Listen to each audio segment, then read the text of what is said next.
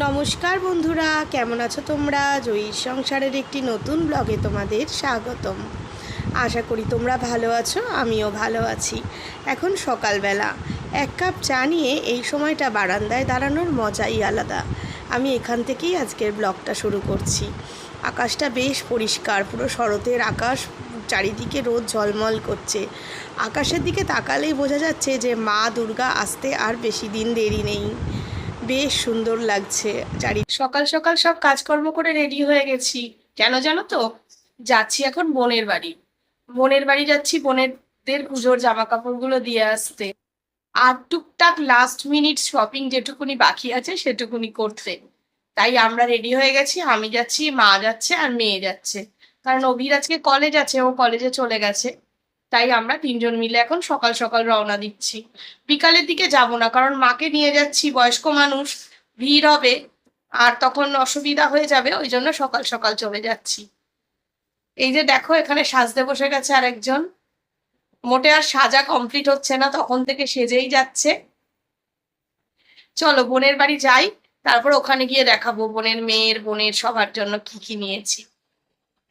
ফুল look আমরা ready হয়ে গেছি, এখন রওনা দিচ্ছি। চলো আবার পরে কথা বলবো তোমাদের সঙ্গে।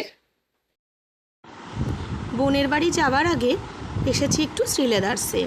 মেয়ের জুতোটা এখনও কেনা হয়নি, তাই ওর জুতোটাই এখন কিনবো। তবে জানো তো, শ্রীলেদার্সে এর আগের দিন এসে যে ভিড় ঠাসাঠাসি পেয়েছিলাম, আজকে একদম ফাঁকা। মনে হয় সকলেরই সব কেনাকাটা কমপ্লিট হয়ে গেছে। আর হবেই না বা কেন, পুজো তো এসেই গেছে। মেয়ের এই পিঙ্ক জুতোটা পছন্দ হয়েছে, আমারও বেশ পছন্দ হয়েছে।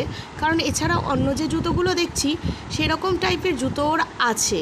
তাই বললাম এটা নাও, তাহলে সব রকম ড্রেসের সাথেও মানাবে।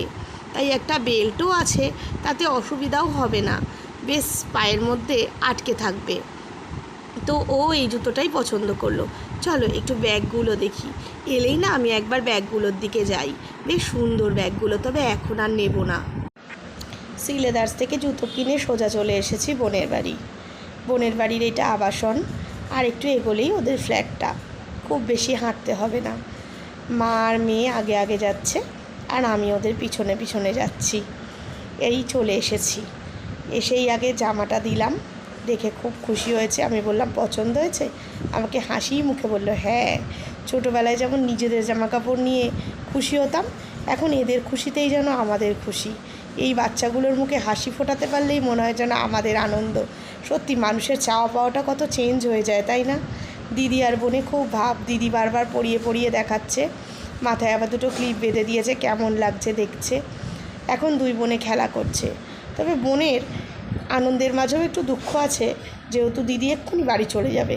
তাই বারবার বলছে আজকের দিনটা থাকো না। আমি বললাম না সোনা, পরে এসে থাকবো। আঁকা প্রতিযোগিতায় পুরস্কার পেয়েছে, সেটা আবার দেখাচ্ছে। এখন আমরা রওনা দেব। আজকে ভিডিওটা এই অবধিই থাকলো, আবার দেখা হবে। টাটা।